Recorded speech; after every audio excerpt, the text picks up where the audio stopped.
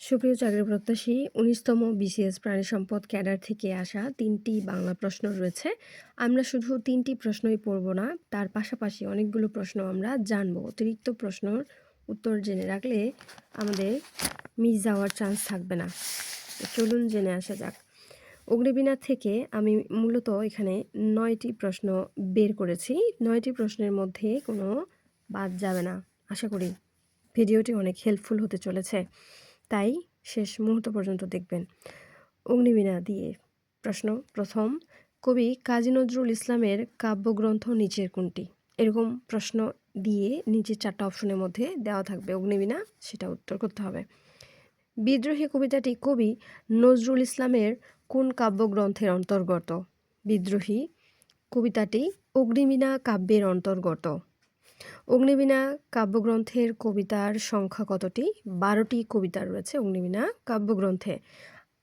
এর পরবর্তী প্রশ্ন, অগ্নিবীণা কাব্যগ্রন্থের প্রথম কবিতার নাম কি? প্রলয় উল্লাস হবে তার উত্তর। এবার তার পরবর্তী প্রশ্ন, অগ্নিবীণা কাব্যগ্রন্থের দ্বিতীয় কবিতার নাম কি? বিদ্রোহী হবে এর উত্তর। তাহলে এরকম আরেকটা প্রশ্ন হতে পারে, বিদ্রোহী কবিতাটি কোন ছন্দে রচিত? মাত্রাবৃত্ত ছন্দে রচিত বিদ্রোহী কবিতাটি।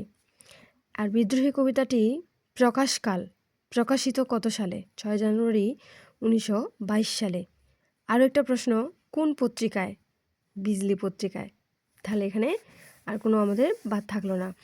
তাহলে নজরুল ইসলামের কাব্যগ্রন্থ অগ্নিবীণা, বিদ্রোহী কবিতাটি অগ্নিবীণা কাব্যগ্রন্থের দ্বিতীয় কবিতা। অগ্নিবীণা কাব্যগ্রন্থে মোট কবিতার সংখ্যা 12টি। অগ্নিবীণা কাব্যে প্রথম কবিতা প্রলয় উল্লাস, দ্বিতীয় কবিতা বিদ্রোহী কবিতাটি মাত্রাবৃত্ত ছন্দে রচিত। এটি প্রকাশকাল 6 জানুয়ারি 1922 সালে এবং এটি বিজলি পত্রিকায় প্রকাশিত হয়।